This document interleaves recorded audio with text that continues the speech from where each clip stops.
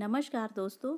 कहानियों की श्रृंखला में आज सुनेंगे मुंशी प्रेमचंद जी की कहानी शंख नाद। तो आइए सुनते हैं। भानु चौधरी अपने गांव के मुखिया थे। गांव में उनका बड़ा मान था। दरोगा जी उन्हें टाट बिना जमीन पर ना बैठने देते। मुखिया साहब की ऐसी धाक बंधी हुई थी कि उनकी मर्जी बिना गांव में एक पत्ता भी नहीं हिल सकता था।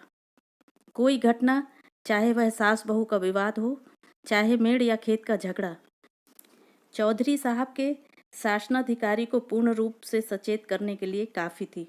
वह तुरंत घटना स्थल पर पहुंचते, तहकीकात होने लगती। गवाह और सबूत के सिवा किसी अभियोग को सफलता सहित चलाने में जिन बातों की ज़रूरत होती है, उन सब पर विचार होता और चौधरी जी के दरबार से फैसला हो जाता। किसी को अदालत जाने की ज़रूरत ना पड़ी। हाँ, इस कष्ट के लिए चौधरी साहब कुछ फीस जरूर लेते थे। यदि किसी अवसर पर फीस मिलने में असुविधा के कारण उन्हें धीरज से काम लेना पड़ता तो गांव में आफत मच जाती थी, क्योंकि उनके धीरज और दरोगा जी के क्रोध में कोई घनिष्ठ संबंध था। सारांश यह है कि चौधरी से उनके दोस्त दुश्मन सभी चौकन्ने रहते थे। चौधरी महाशय के 3 सुयोग्य पुत्र थे। बड़े लड़के बितान एक सुशिक्षित मनुष्य थे। डाकिये के रजिस्टर पर दस्तखत कर लेते थे। बड़े अनुभवी, बड़े नीति कुशल। मिर्जाई की जगह कमीज पहनते थे। कभी कभी सिगरेट भी पीते, जिससे उनका गौरव बढ़ता था। यद्यपि उनके ये दुर्व्यसन बूढ़े चौधरी को नापसंद थे, पर बेचारे विवश थे, क्योंकि अदालत और कानून के मामले बितान के हाथों में थे। वह कानून का पुतला था।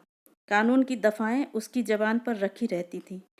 गवाह गढ़ने में तो वह पूरा उस्ताद था। मझले लड़के शान चौधरी कृषि विभाग के अधिकारी थे। बुद्धि के मंद, लेकिन शरीर से बड़े परिश्रमी। जहाँ घास न जमती हो, वहाँ केसर जमा दें। तीसरे लड़के का नाम गुमान था। वह बड़ा रसिक, साथ ही उद्दंड भी था। मुहर्रम में ढोल इतने जोरों से बजाता कि कान के पर्दे फट जाते। मछली फंसाने का बड़ा शौकीन था। बड़ा रंगीला जवान था। खंजड़ी बजा बजा कर जब वह मीठे स्वर में ख्याल गाता तो रंग जम जाता। उसे दंगल का ऐसा शौक था कि कोसों तक धावा मारता, पर घर वाले कुछ ऐसे शुष्क थे कि उसके इन व्यसनों से तनिक भी सहानुभूति न रखते थे। पिता और भाइयों ने तो उसे ऊसर खेत समझ रखा था। घुड़की, धमकी, शिक्षा और उपदेश, स्नेह और विनय, किसी का भी उस पर कुछ भी असर नहीं हुआ। हाँ, भावजें अभी तक उसकी ओर से निराश न हुई थी।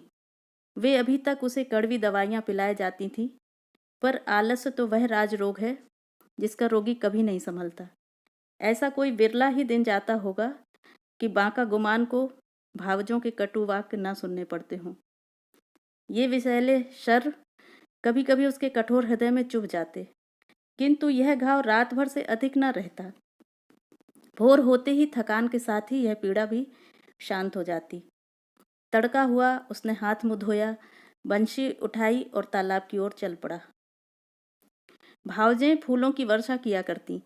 बूढ़े चौधरी पैंतरे बदलते रहते और भाई लोग तीखी निगाह से देखा करते, पर अपनी धुन का पूरा बांका गुमान उन लोगों के बीच से इस तरह अकड़ता चला जाता जैसे कोई मस्त हाथी कुत्तों के बीच से निकल जाता है।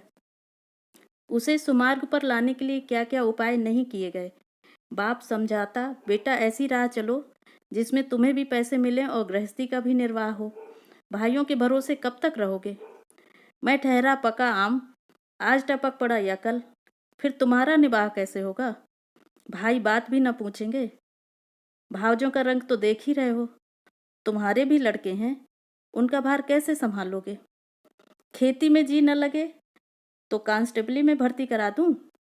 बांका गुमान खड़ा खड़ा यह सब सुनता रहा, लेकिन पत्थर का देवता था, कभी न पसीजता। इन महाशय के अत्याचार का दंड उसकी बेचारी स्त्री को भोगना पड़ता था। मेहनत के घर के जितने काम होते वे उसी के सिर थोपे जाते।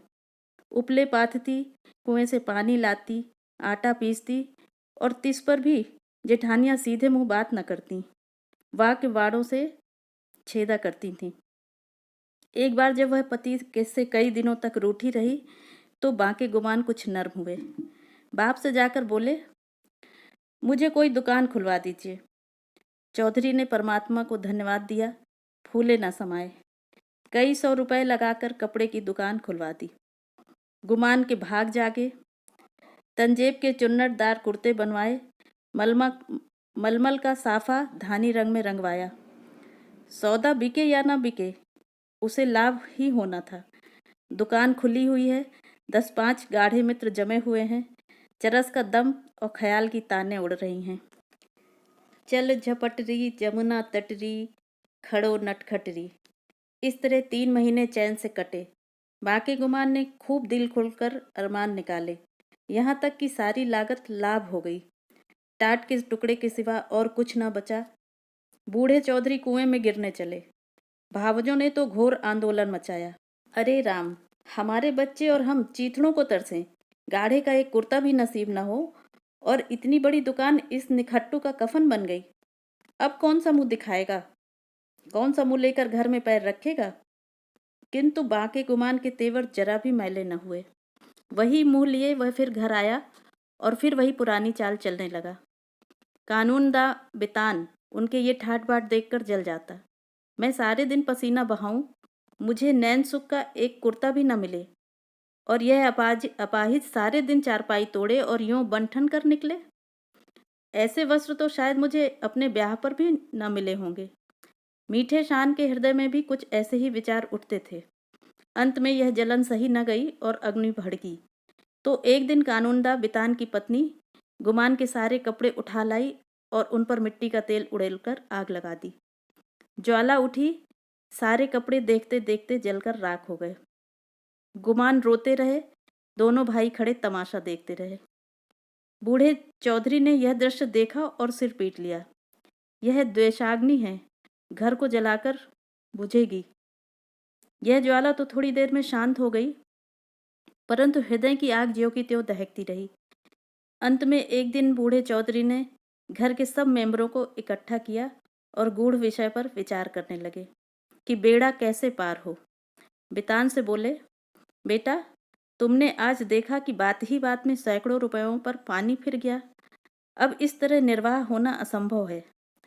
तुम समझदार हो, मुकदमे मामले करते हो, कोई ऐसी राह निकालो कि घर डूबने से बचे। मैं तो चाहता था कि जब तक चोला रहे सबको समेटे रहूं, मगर भगवान के मन में कुछ और ही है। बितान की नीति कुशलता अपनी चतुर सहगामिनी के सामने लुप्त हो जाती थी।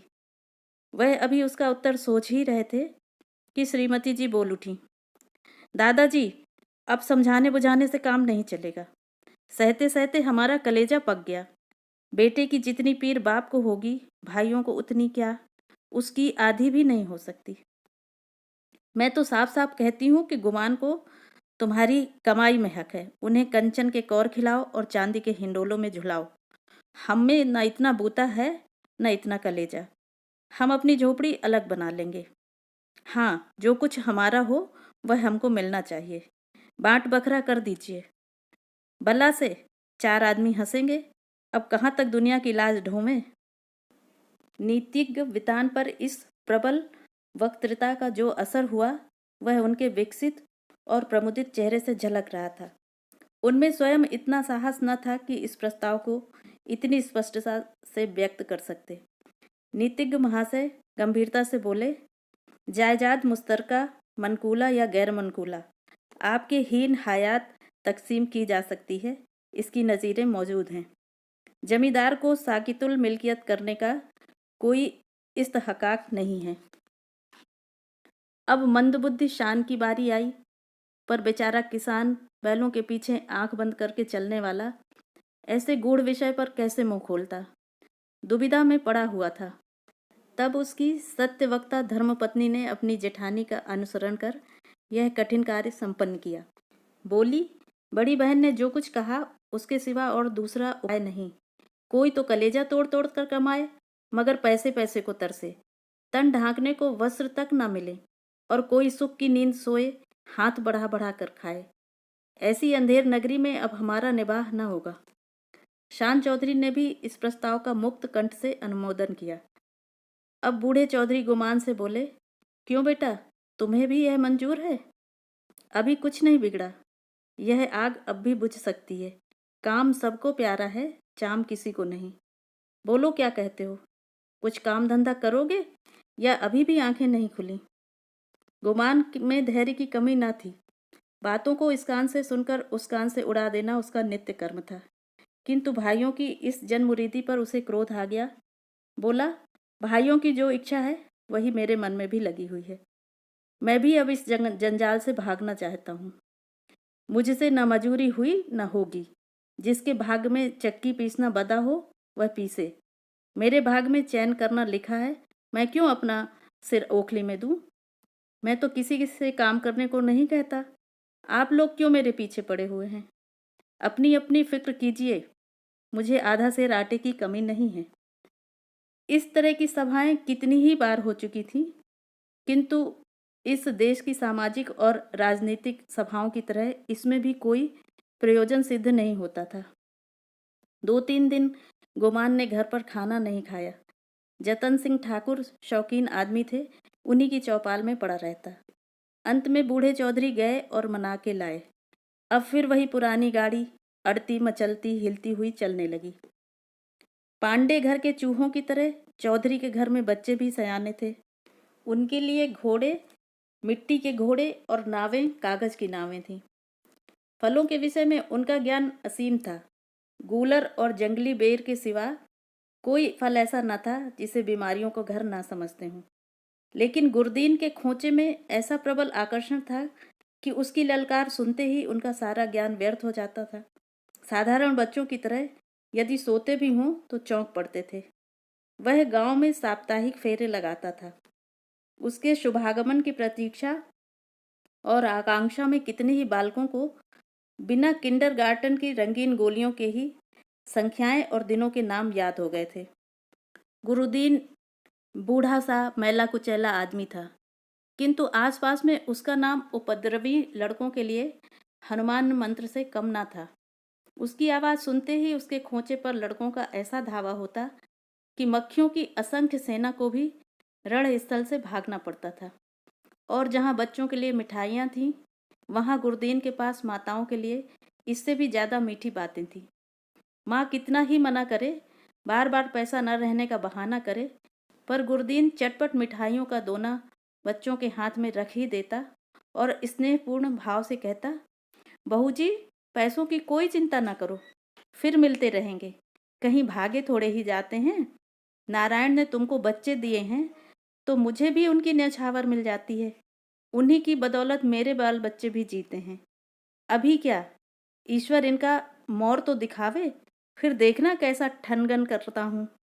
गुरदीन का यह व्यवहार चाहे वाणिज्य नियमों के प्रतिकूल ही क्यों न हो, चाहे नौ नगद सही तेरा उधार नहीं वाली कहावत अनुभव सिद्ध ही क्यों न हो, किंतु मिष्टाभाषी गुरदीन को कभी अपने इस व्यवहार पर पछताने या उसमें संशोधन करने की जरूरत नहीं पड़ी।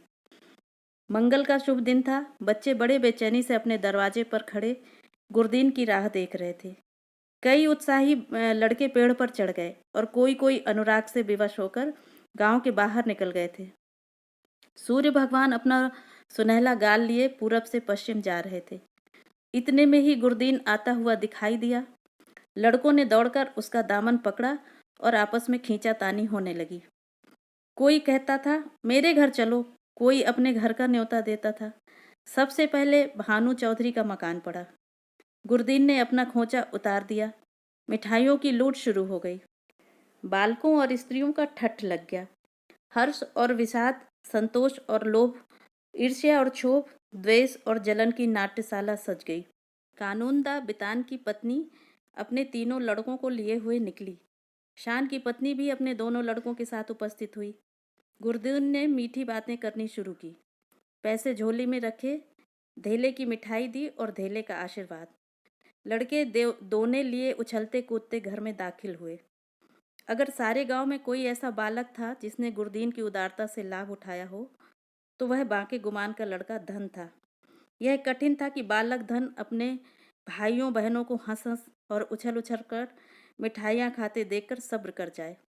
उस पर तुर्रा यह कि वे उसे मिठाइयाँ दिखा दिखा कर ललचाते और चिढ़ाते थे। बेचारा धन चीखता और अपनी माता का आंचल पकड़ पकड़ कर दरवाजे की तरफ खींचता था, पर वह अबला क्या करे। उसका हृदय बच्चे के लिए ऐंठ ऐंठ कर रह जाता था। उसके पास एक पैसा भी नहीं था।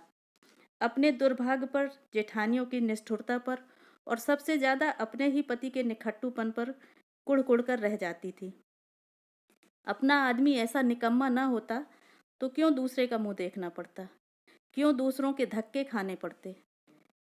उठा लिया और प्यार से दिलासा देने लगी, बेटा रो मत, अब की गुरदीन आवेगा तो तुम्हें बहुत सी मिठाई ले दूंगी। मैं इससे अच्छी अच्छी मिठाई बाजार से मंगवा दूंगी। तुम कितनी मिठाई खाओगे। यह कहते कहते उसकी आंखें भर आईं। आह, यह मनहूस मंगल आज ही फिर आवेगा और फिर यही बहाने करने पड़ेंगे। हाय, अपना प्यारा बच्चा धेले की मिठाई को तरसे और घर में किसी का पत्थर सा कलेजा न पसीजे। वह बेचारी तो इन चिंताओं में डूबी हुई थी और धन किसी तरह चुप ही न होता था। जब कुछ वश न चला तो माँ की गोद से जमीन पर उतरकर लौटने लगा और रो रो कर दुनिया सिर पर उठा ली।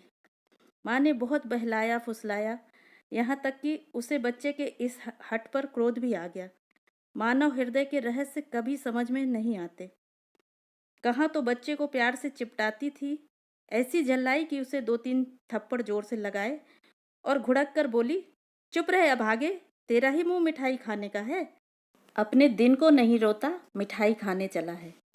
बांका कुमान अपनी कोठरी के द्वार पर बैठा हुआ यह कौतुक बड़े ध्यान से देख रहा था। वह इस बच्चे को बहुत चाहता था। इस वक्त के थप्पड़ उसके हृदय में तेज भाले के समान लगे और चुभ गया। शायद उसका अभिप्राय भी यही था। दुनिया रुई को धुनने के लिए दांत पर चोट लगाता है। जिस तरह पत्थर और पानी में आग छिपी रहती है, उसी तरह मनुष्य के हृदय में भी, चाहे वह कैसा ही क्रूर और कठोर क्यों न हो, उत्कृष्ट और कोमल भाव छिपे रहते हैं। गुमान की आंखें भर आईं। आंसू की बूंदें बहुधा हमारे हृदय की मलिनता को उज्जवल कर देती हैं। गुमान सचेत हो गया। उसने जाकर बच्चे को गोद में उठा लिया और अपनी पत्नी से करुणोत्पादक स्वर में बोला, बच्चे पर इतना क्रोध क्यों करती हो। तुम्हारा दोषी मैं हूं, मुझको जो दंड चाहो दो। परमात्मा ने चाहा तो कल से लोग इस घर में मेरा और मेरे बाल बच्चों का भी आदर करेंगे। तुमने आज मुझे सदा के लिए इस तरह जगा दिया मानो मेरे कानों में शंखनाद कर मुझे कर्म पथ पर प्रवेश का उपदेश दिया हो। तो ये थी कहानी। इसी तरह की और भी रोचक अनूठी कहानियों के लिए मेरे चैनल को सब्सक्राइब करना ना भूलें। चैनल को लाइक करें, ज़्यादा से ज़्यादा शेयर करें और कमेंट करके ये ज़रूर बताएं कि आपको ये कहानी कैसी लगी। मिलते हैं अगले वीडियो में एक और नई कहानी के साथ। तब तक स्वस्थ रहें, सुरक्षित रहें। Thanks for listening.